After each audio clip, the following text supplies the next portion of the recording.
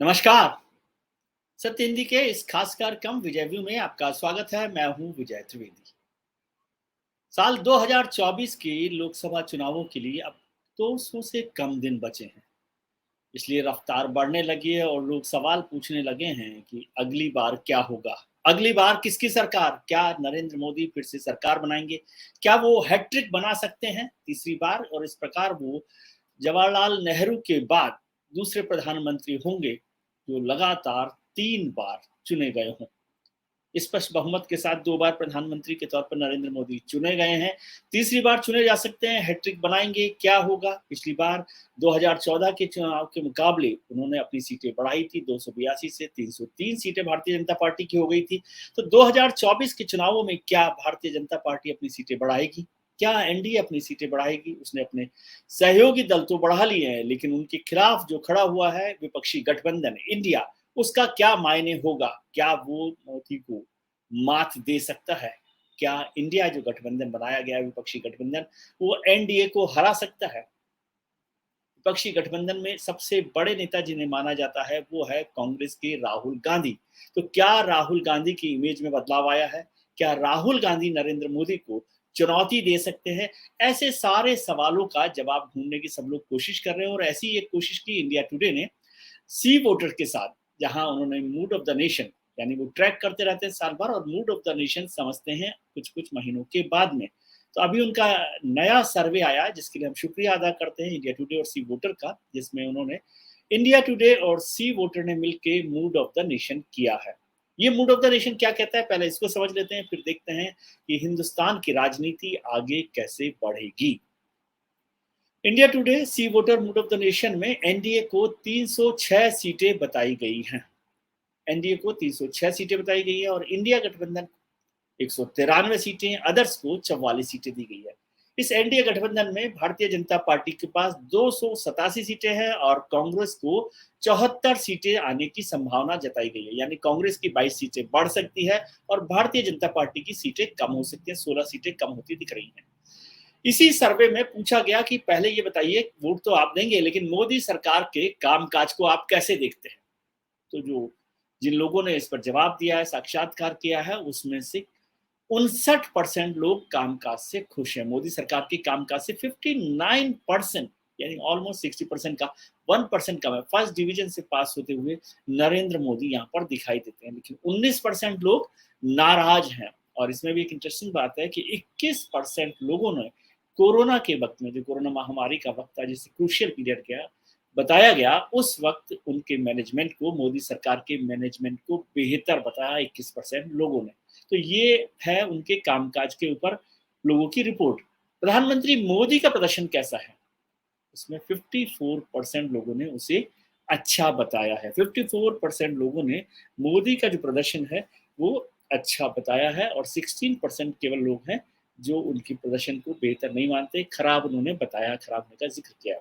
अब बात करते हैं बेहतर प्रधानमंत्री की। अगर 2024 के चुनाव में इन दो लोगों का नाम लिया जाए जिनकी चर्चा हो रही है, प्रधानमंत्री नरेंद्र मोदी और कांग्रेस के नेता राहुल गांधी, इन दोनों में बेहतर प्रधानमंत्री कौन है, कौन होगा? तो नरेंद्र मोदी के साथ देने वाले, नरेंद्र मोदी का समर्थन करने वाले, उन्हें बेहतर प्रधानमंत्री बनाने वाले लोगों की तादाद है 52%, जबकि राहुल गांधी के साथ 16% लोग हैं। लेकिन इंटरेस्टिंग बात है कि 32% लोगों ने, जिन्होंने अपनी बात कही है, रखी है इस सर्वे में, उन्होंने दोनों का ही नाम नहीं लिया है।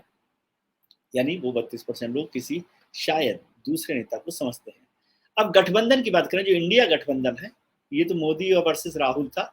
इसमें हम देखते हैं कि इंडिया गठबंधन में किस चेहरे को बेहतर मानते हैं। तो उसमें राहुल गांधी को 24% लोगों ने सबसे बेहतर पीएम चेहरा माना इंडिया गठबंधन में, जबकि ममता बनर्जी और अरविंद केजरीवाल साहब को 15-15% लोगों ने बेहतर प्रधानमंत्री कहा है। ये बेहतर प्रधानमंत्री की बात है। अब यदि हम जिक्र करें हिंदुस्तान के सब प्रधानमंत्रियों का, तो उसमें सबसे बेहतर प्रधानमंत्री कौन है, जब ये सवाल पूछा गया तो लोगों ने नरेंद्र मोदी को, 41% लोगों ने, 41% लोगों ने नरेंद्र मोदी को बेहतर प्रधानमंत्री कहा है। इंदिरा गांधी को 15% लोगों ने और अटल बिहारी वाजपेयी को 12% लोगों ने बेहतर प्रधानमंत्री कहा है, जबकि कांग्रेस के डॉक्टर मनमोहन सिंह को 11% लोगों ने बेहतर प्रधानमंत्री कहा है। जवाहरलाल नेहरू के लिए बेहतर प्रधानमंत्री मानने वालों की तादाद इस सर्वे में सिर्फ 6% है। तो नरेंद्र मोदी 41% के तौर पर सबसे बेहतर प्रधानमंत्री माने जाते हैं। एनडीए को 303 सीटें मिलने की बात कही गई है, 306 सीटें मिलने की बात कही है और 43% वोट वहां पर मिल रहा है, और इंडिया को 41% वोट मिल रहा है। ये इंडिया टुडे सी वोटर के मूड ऑफ द नेशन पोल का नतीजा है। तो अब इसको यदि हम समझें कि क्या होता है, क्या ये जो वोट है और जो परसेंटेज है राहुल गांधी की पसंद की, क्या ये काफी होगी इंडिया को जिताने के लिए, नरेंद्र मोदी को हराने के लिए? जब 54% लोगों ने कहा इंडिया गठबंधन जो है भाजपा को नहीं हरा पाएगा, एनडीए को नहीं हरा पाएगा, ऐसे मानने वाले लोगों की संख्या है 54%। यानी उन लोगों का कहना है कि आएगा तो मोदी ही। ये 54% लोगों का मानना है। लेकिन बहुत सारे लोग ऐसे हैं जो ये मानते हैं कि राहुल गांधी की छवि बेहतर हुई है और वो विपक्षी गठबंधन में सबसे बेहतर नेता हैं। कुछ लोगों ने कहा है कि भारत जोड़ो यात्रा, इसमें एक और फिगर है, 33% लोगों ने मानते हैं कि ये जो इंडिया गठबंधन है वो उसे हरा सकता है, एनडीए गठबंधन को हरा सकता है। 33% लोग मानते हैं, जबकि 54% लोग मानते हैं कि नहीं, एनडीए को नहीं हराया जा सकता, बीजेपी को नहीं हराया जा सकता है। अब बात करते हैं, राहुल गांधी ने भारत जोड़ो यात्रा की थी अभी कुछ समय पहले, कन्याकुमारी से लेकर कश्मीर तक। तो उसका असर क्या पड़ा है? तो करीब करीब 40% लोगों ने कहा है कि इससे राहुल गांधी की जो छवि है उसमें सुधार आया, उनकी पर्सनैलिटी में भी सुधार आया, ऐसा लोग मानते हैं। 33% लोग हैं वो ऐसा मानते हैं कि इससे कोई बड़ा फर्क नहीं पड़ा है। अब इसको सब लोग अपने अपने तरीके से इंटरप्रेट कर रहे हैं कि क्या होगा। कुछ लोगों ने कहा कि इसका मतलब ये है कि 2019 की तरह से नरेंद्र मोदी को या एनडीए को वॉकओवर नहीं मिलने वाला, इस बार एक मजबूत विपक्ष खड़ा दिखाई दे सकता है। और यदि वो विपक्ष साझा उम्मीदवार खड़ा करे, यानी हर भारतीय जनता पार्टी के उम्मीदवार के खिलाफ केवल एक साझा उम्मीदवार, विपक्षी उम्मीदवार खड़ा हो, तो ज्यादा ताकत से ये लड़ाई लड़ी जा सकती है, यानी बीजेपी को चुनौती दी जा सकती है। बीजेपी की सीटें कुछ कम हुई हैं, जहां सीटें कम हुई हैं उन राज्यों में, जो इंडिया के राज्य हैं उनको छोड़ दें, जिन राज्यों में एनडीए है उसमें बीजेपी जहां पर है, उन राज्यों में जहां कमी आई है सीटों की जो आ सकती है, मतलब बताई गई है, उसमें राजस्थान है, उसमें मध्य प्रदेश भी शामिल है। लेकिन गुजरात की एक भी सीट कम होती हुई सर्वे में नहीं दिख रही। लेकिन सबसे इंटरेस्टिंग बात यह है कि उत्तर प्रदेश, जो देश का सबसे बड़ा प्रदेश है और जहां से सबसे ज्यादा एमपी चुनकर जाते हैं, 80, जहां पिछली बार 62 सीटें करीब मिली थी भारतीय जनता पार्टी एनडीए को, तो वहां पर 10 सीटों का इजाफा होता दिख रहा है, 72 सीट्स हो सकती हैं। यानी जो भारतीय जनता पार्टी एनडीए की सीटें दूसरे राज्यों में कम होगी, उसमें 10 सीटों का मदद उत्तर प्रदेश कर सकता है। यानी प्रधानमंत्री नरेंद्र मोदी को तीसरी बार आने में योगी की बड़ी मदद हो सकती है। बहुत महत्वपूर्ण बात है उत्तर प्रदेश में कि 72 सीटें वहां पर आ सकती है। 2014 में 71 + 2 73 सीटें वहां पर आई थी, फिर पिछली बार 62 आई और इस बार 72 सीटें आने की बात है। यदि इंडिया वाले राज्यों को देखें जहां पर इंडिया को बढ़त मिल सकती है, उनमें महाराष्ट्र सबसे पहले है, पश्चिम बंगाल है, केरल है, तमिलनाडु है, ये वो राज्य हैं, और बिहार है जहां पर इंडिया को, गठबंधन को बढ़त मिल सकती है, यानी वहां पर उनकी सीटों का इजाफा हो सकता है। दिल्ली की चर्चा बहुत होती रही, लोग समझ रहे हैं कि दिल्ली में आम आदमी पार्टी और कांग्रेस क्या मिल जाएंगे, और मिल गए तो क्या इसका फायदा हो सकता है। लेकिन जो मूड ऑफ द नेशन है उसका पोल कहता है कि दिल्ली की 7 सीटें भारतीय जनता पार्टी को मिलने वाली हैं, उसमें कोई बदलाव फिलहाल नहीं दिखाई देता। लेकिन इसमें खास बात यह है, एक राइडर है, कि ये नतीजा बताता है कि आज अगर चुनाव हुए, तो आज मतलब इस दौरान चुनाव होते हैं तो ये नतीजे रह सकते हैं। अभी चुनाव तो होने मई 2024 में, अप्रैल और मई 2024 में, तो 200 दिन से ज़्यादा का वक्त वाक़ई है, तो उसमें बहुत सारी चीज़ें बदल भी सकती हैं। इसलिए ये मत मानिए कि जो आज नतीजा आया है वो ही नतीजा मई 2024 का होगा। ये ट्रैक किया जा रहा है कि कैसा मूड चल रहा है और उस मूड से कहाँ की संभावना बनती है। और ये साफ तौर पे कहा गया कि यदि आज चुनाव होते हैं तो उसका नतीजा ये होगा कि नरेंद्र मोदी की वापसी हो सकती है, नरेंद्र मोदी हैट्रिक बना सकते हैं, नरेंद्र मोदी को जो है 306 सीटें एनडीए को मिल सकती है, जिसमें बीजेपी की 287 सीट्स है, वो भी 2014 की 2282 से ज़्यादा सीटें हैं और 2019 से 303 से कुछ कम सीटें हैं।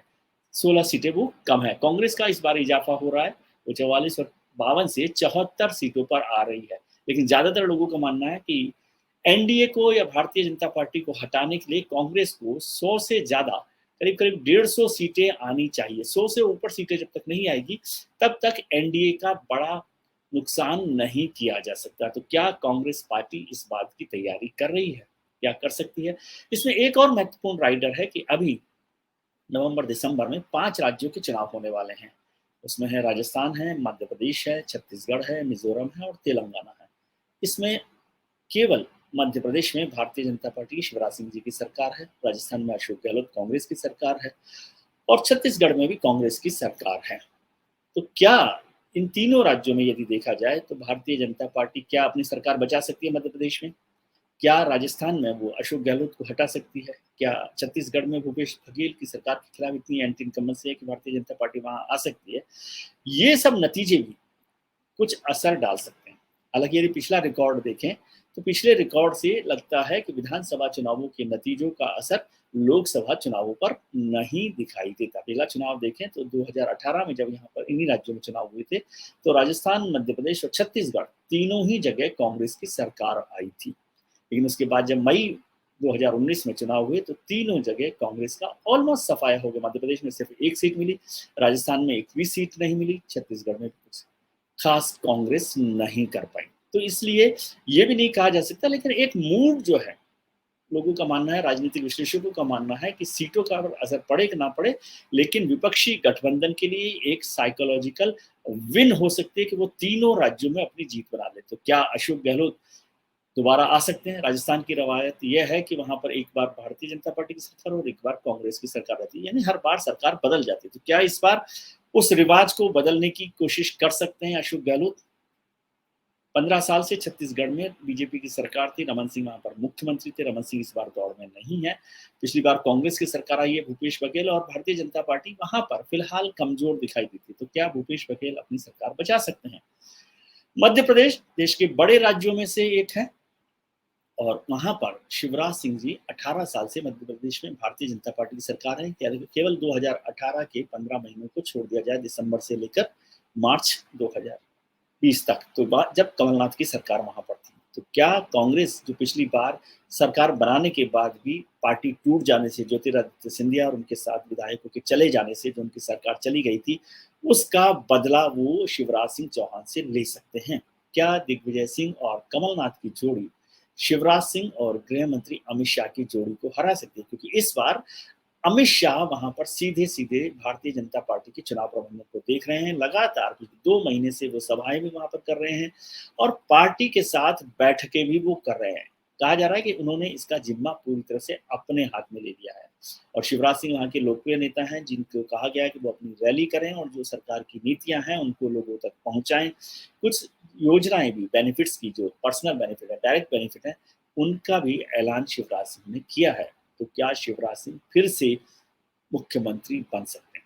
इससे महत्वपूर्ण है कि भारतीय जनता पार्टी वहां पर फिर से सरकार बना सकती है। क्योंकि एक सवाल के जवाब में अमित शाह ने बहुत ही चतुराई से इस बात का जवाब दिया कि जब पूछा गया कि क्या शिवराज सिंह फिर से मुख्यमंत्री होंगे, मुख्यमंत्री का चेहरा होंगे, तो उन्होंने कहा कि वहां भारतीय जनता पार्टी की सरकार बनेगी।